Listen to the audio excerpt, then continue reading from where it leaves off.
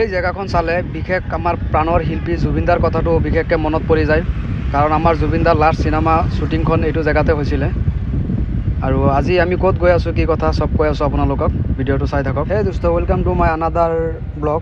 আজি আমি ৰাতিপুৱা 6টা বজাত মৰ্ণিং উঠি পিনে আমি ওলাইছোঁ নগাঁও যাবৰ কাৰণে। আৰু আপোনালোকে চাই থাকক নগাঁও ক'ত যাম চব দেখাই আছোঁ। আৰু ৰাতিপুৱা মানে বাইকখন লৈ ওলালোঁ। প্ৰথমত আমাৰ বলেৰো গাড়ীখন তাত আছে, আমি বলেৰোটো লৈ যাম আজি নগাঁও। বাইক লৈ পিনে সেইটো ঘৰত গৈ পিনে বাইকখন থৈ পিনে বলেৰো লৈ পিনে আকৌ আমি ওলাই যাম নগাঁও। আৰু আপোনালোকে চাই থাকক। এনেকৈ আহি আমি ফাইনেলি পাই গ'লোঁ আমাৰ এইখন ঘৰ।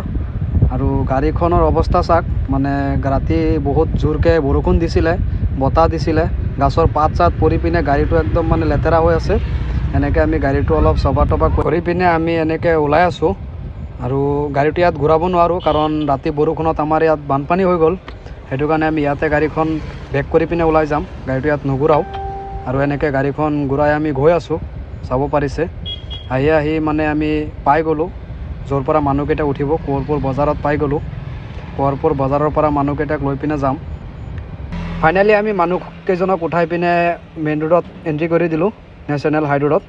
আৰু আমি এনেকৈ আহি পাই গ'লোঁ বান্দৰদোৱা। গাড়ীখন সোমাই দিলোঁ পেট্ৰল পাম্পত, আৰু সোমাই পিনে ডিজেল টেংকটো কৰি ল'লোঁ ফুল। আৰু এতিয়া আমি গৈ থাকিম চিধা। আৰু এনেকৈ আহি আমি পাই গ'লোঁ নাৰায়ণপুৰ চেণ্টাৰ। এতিয়া নাৰায়ণপুৰৰ পৰা চিধা আমি গৈ থাকিম আৰু আপোনালোকক দেখাই আছোঁ ৰাস্তাৰ মাজত কি পাওঁ, চব দেখাই আছোঁ আপোনালোকক। চাই থাকক ভিডিঅ'টো লাষ্টলৈকে। আৰু এনেকৈ আহি আমি পাই গ'লোঁ গহপুৰ, আৰু ছিংগল ৰোডক কৰি দিলোঁ বাই বাই। ইয়াৰ পৰা তেজপুৰ আছে 130 কিলোমিটাৰ। আৰু আমি এনেকৈ গৈ আছোঁ, চাই থাকক ৰাস্তাৰ ভিউখন উপভোগ কৰি আমি এনেকৈ গৈ আছোঁ। আপোনালোকেও লগত চাই থাকক আমি কি চাওঁ ৰাস্তাৰ মাজত, চব দেখাই আছোঁ। ছিংগল ৰোডটোক কৰি দিলোঁ বাই বাই, আমি আহি গ'লোঁ বাইপাছ ৰোডত।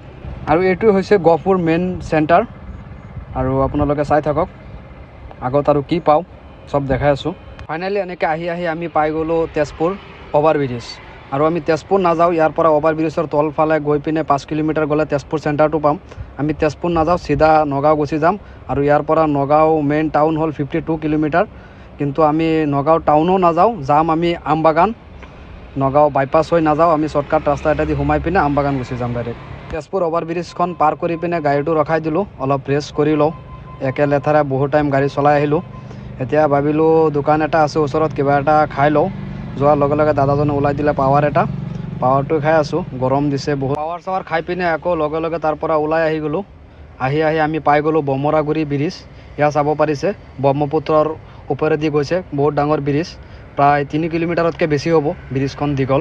ব্ৰিজখন পাৰ হৈ পিনে আমি পাই গ'লোঁ টোল টেক্স। আৰু এই টোল টেক্সখন আগত নাছিলে, নতুনকৈ হ'ল। আৰু আপোনালোকেও যদি কোনোবাই ভাবি আছে নগাঁও আহিব এইকেইদিনৰ ভিতৰত, তেনেহ'লে আপোনালোকে ফাষ্টিগখন লগাই আহিব। নহ'লে ইয়াত আপোনালোকে ফাষ্টিগটো লগোৱা ৰাতি হ'লে মানে অলপ টান। সেইদিনা মই ৰাতি আহিছিলোঁ, কিন্তু ফাষ্টিগ লগাব বিচাৰিছিলোঁ, মোৰ এই মালটনা গাড়ীখন লৈ আহিছিলোঁ। তেতিয়া মানে দাদা একজনক সুধিলোঁ, সি ক'লে যে 1000 টকা লাগিব বুলি। মানে এনেকৈ দালালো থাকে ৰাতি।